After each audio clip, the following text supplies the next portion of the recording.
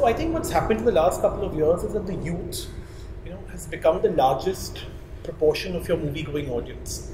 And thankfully, today's youth is extremely exposed. They're relatively very well-read, very well-informed, very well-researched. They're very exposed to Western cinema, to art house cinema. There's also a proliferation of media, a lot of online media, a lot of digital media which is being consumed.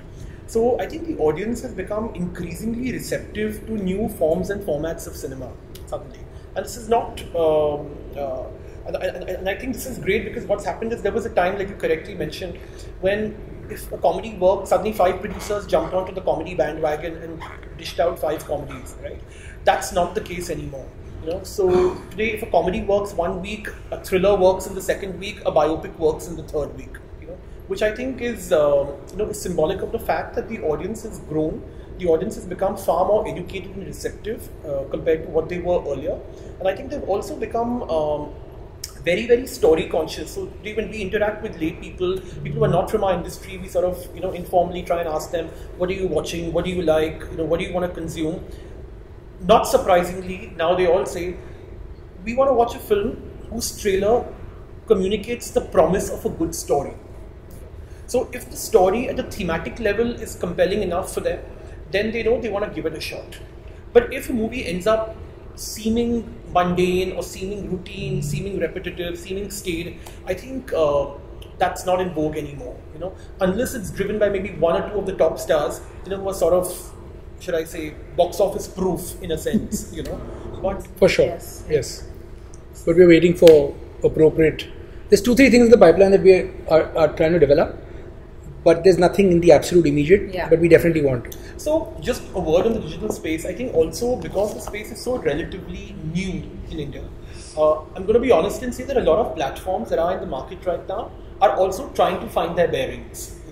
A lot of the platforms right now are also trying to research their audience. They're also trying to find out who their audience is, what are their tastes. So right now, I think there's really not enough clarity of in terms of creativity, in terms of what every platform wants. I think everyone's sort of taking a bit of a blind stab to see exactly where their audience lies and what's getting them hits, and then chalking out their creative path accordingly. The only one thing that we hear all the time, from web platforms is give us something that's not for TV. That's a pretty wide brief. When you say give us something that's not for TV, essentially it means give us something which is not sanitized, or give us something which has sex and which has action and which has swear words and which is really cutting edge in the true sense of the phrase. So I think everyone is sort of dabbling with that. So if you see some of the stuff that's come out recently, it's pretty much all of that. But is that the only stuff that the web audience wants? I think it's something we're going to figure out in a year or two, really.